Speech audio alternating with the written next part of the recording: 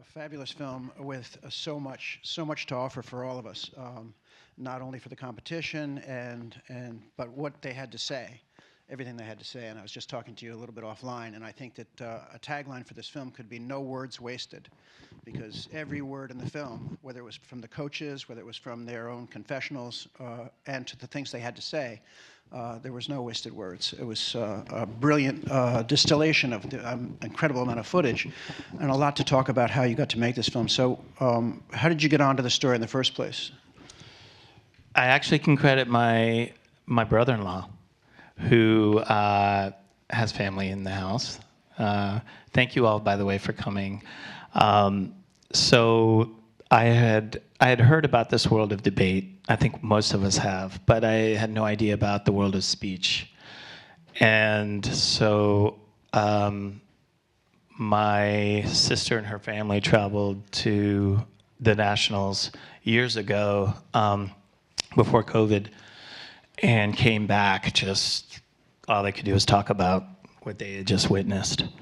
And so I just started doing some research, but I had no time on my hands really to be making a film. I'm a director of photography. So, but then COVID hit, luckily, and I had nothing but time. So, every day I'm astonished the film got made. There was so much working against filmmakers, but we rallied, and some great people showed up and helped me make the film. So that's incredible. Why did she go in the first place? Your sister, why did she go out? Did she have someone involved? Yeah, my nieces her best friend was a nationalist. Unbelievable. And so I started researching it when they came back and started, and it was intriguing. It was interesting. But I think it really sealed the deal with me was hanging out. I was like the uncle hanging out at Halloween with Sam and his buddies who were all in this world. Sam is my nephew, so Sally's brother. And so, and I just got to ask them questions and be curious with them, and they were all just so interesting and full of life and ideas, and as I just started digging more and more, it was like, why aren't there more films? Why isn't there a film in the last 10 years about this? And why do we only think about this world as debate? Because just getting up and being able to advocate for something and being articulate and eloquent, and having an idea and having, a real vision for the way the world or some aspect of the world should be, or in the community. I just think we all need more of that. No, well, the messages that they had were obviously impassioned, but so relevant and so applicable to the world we're living in. It's just very, very moving. And their backstories are moving, too. You said Sam. Is that Sam who was in the film? Sorry, different Sam. Okay, I thought so. Confusing. So that leads me to the next question. I did not do this world, by the way. That leads me to the next question, which is, how did you go about choosing? Yeah, we had to choose between like 500 nationalists. They were all competing at the national level, and they were all amazing. And probably most of you know somebody, I would guess, who has either gone through this world. There are like over 150,000 kids right now doing this. Well, I saw all the credits at the beginning of the people that have done it, have done speech and rhetoric and oratory. It's 100 years old, this organization. So that's another interesting factoid that, the art of public speaking and debate has been going on way before football and baseball. Yeah. And so that was kind of interesting for me. If this ever gets made into a series, then I think we can kind of look at the history of all of these things as well. So how did you go about choosing from the 500? That took a long time, but it was during COVID, so we had time. And so we probably called about, we had 300 or 400 interviews with teachers, with coaches. And with cameras? Zoom records, so it was all over Zoom. And then we did our final casting at the Nationals in 23. So we had a short list by that point. And then we went and met everyone, filmed with everyone for a week. And Mefaz, we hadn't cast yet. So Mafaz was the last minute casting. Like we discovered her at the Nationals that year, and so we unfortunately had to drop somebody who actually placed second in the film, and she was amazing as well. It's so hard because once you start really getting into the lives of so many of these kids, they're just fascinating, and they could have, it was a really hard choice to make. Oh, so there was a given because Mafaz and Esther had both been in the finals, so you knew they were coming back, regardless of what happened to them on the way up. So you knew they were going to come back. So, but amongst the other ones, was there any eye towards choosing from underrepresented populations? Because we saw in the finals there were two Muslims anyway, and then the issue, certainly a queer person, and then so was there any thought given to that as opposed to like straight white bread or whatever amongst the people you? It's hard to cast all white in this world because it is so inclusive. It's like going to a university setting now, most universities are just so diverse, and the not only in terms of ethnicity, but just in terms of like intellectual sort of inquiry and different perspectives and worldviews. This is one of the reasons why I love these. I was so why I was so proud about making this film, I guess, because it really honors diversity. So if anything, I think there are people who wonder, why aren't we seeing more sort of white traditional points of views in the film? And it was really hard to find. We were looking for that. I feel like I think what we saw was that these kids are just bearing themselves and being vulnerable with each other and doing that work, doing the work with each other, asking each other hard questions, having conversations, being vulnerable with each other. It just doesn't lend itself to people coming in and espousing kind of traditional points of views on certain topics. I do think, though, that some of the judging, though, if we were going to get into biases, a lot of the judges, though, are definitely favoring points of views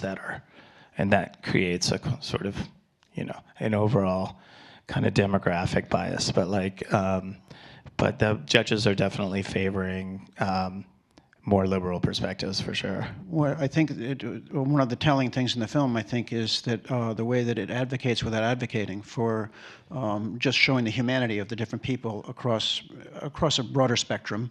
But the idea of the girl, Noor, who's advocating for her brother and people with disabilities, and as well as the Muslim point of view, as well as the queer point of view, it's not about advocating for those things. It's about showing them as the human beings that they are and their passion. And I think it's just really, really effective in that way.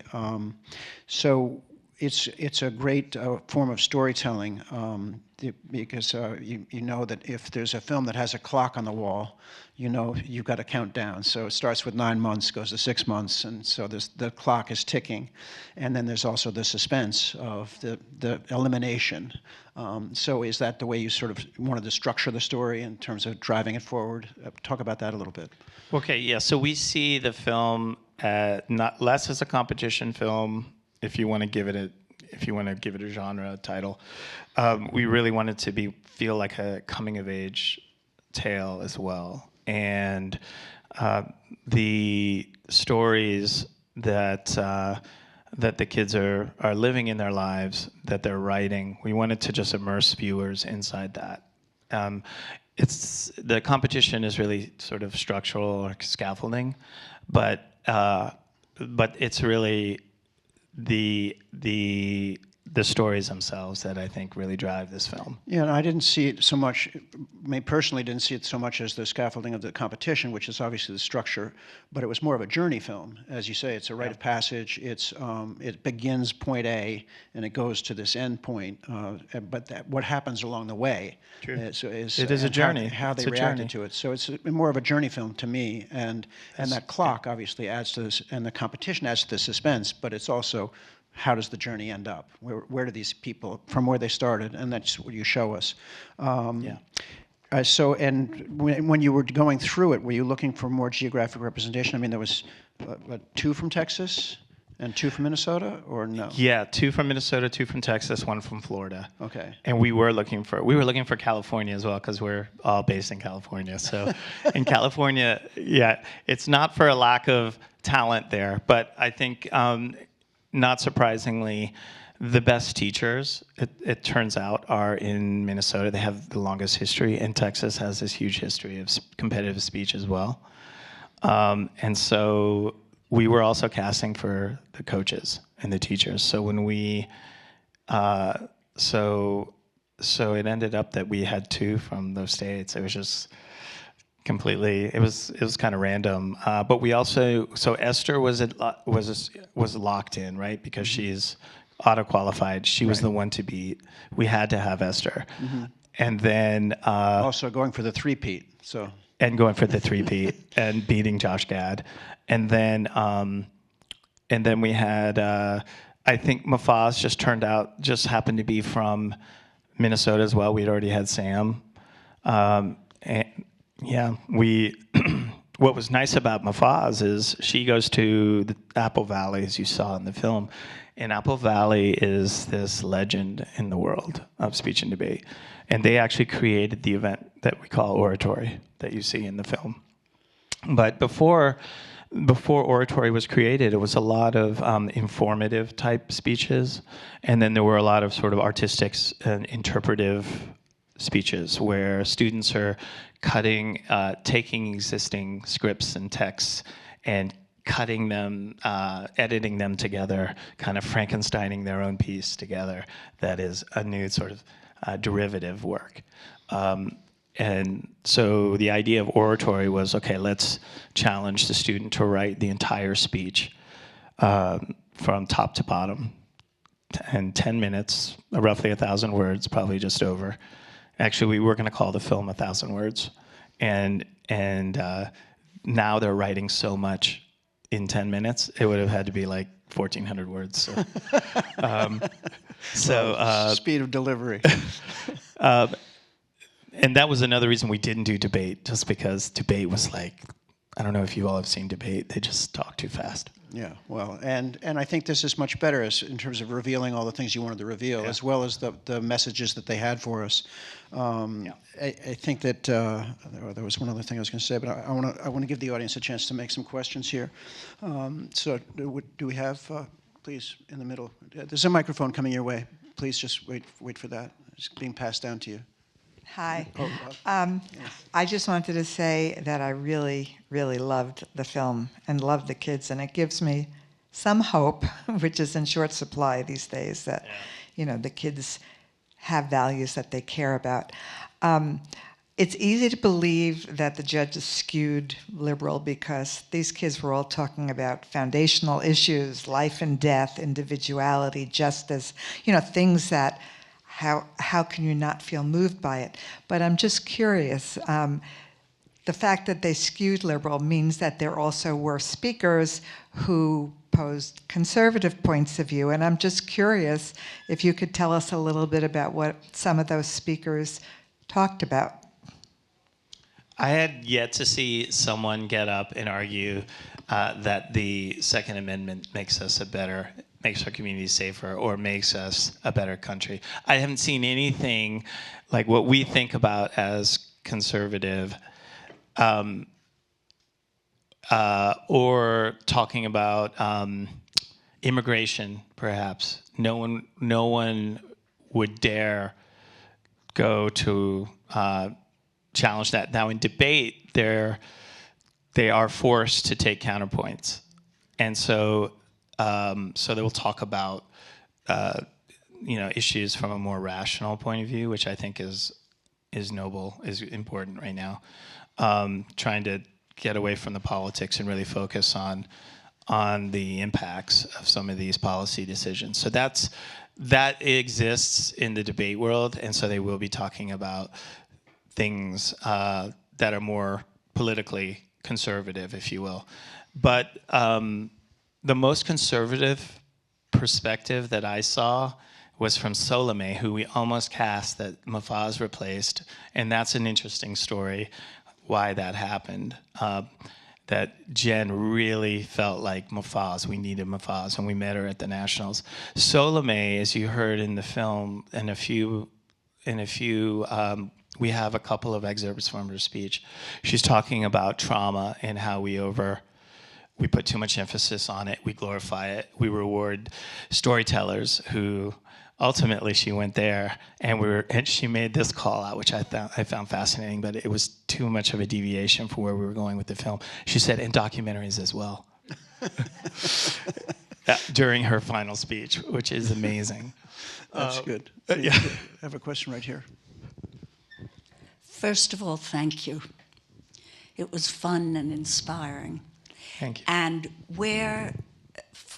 I'm thinking of everyone that I know who has high school or middle school kids. And I'm remembering I made a film that once won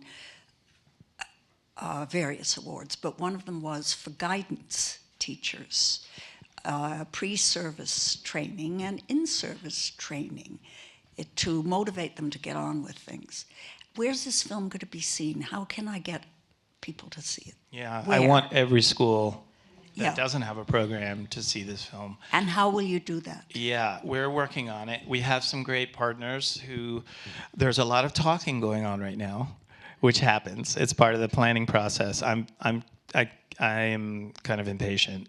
So like throughout this film, I was like, why can't we get this done? Why can't we get that shot? Why can't we, I'm just very impatient. But with this is also going to take some time. But we will have a plan set up. We'll have a brand underwriter, and hopefully it's a national brand everyone will recognize, and will work with us to get this film and pay for this film to screen in every district around the country. So that is the plan. We've got some great conversations going, but they just take a little time. In terms of traditional distribution, we've also got conversations going. So hopefully we'll have news this year, and you all will be able to see it, or family, you can recommend it to family members on a streamer. That would be awesome, and you guys keep us posted so we know how to do that. We've run out of time, but I just wanted to say one last thing, is that you showed us a kind of high school that I think is a little different from the high school that most of us remember, and I think it's good to have a picture of what that is now, what high school looks like and what young people are doing and thinking now. So thank you on every level for a great film. Thank you so much for coming out. Thank you all for coming out.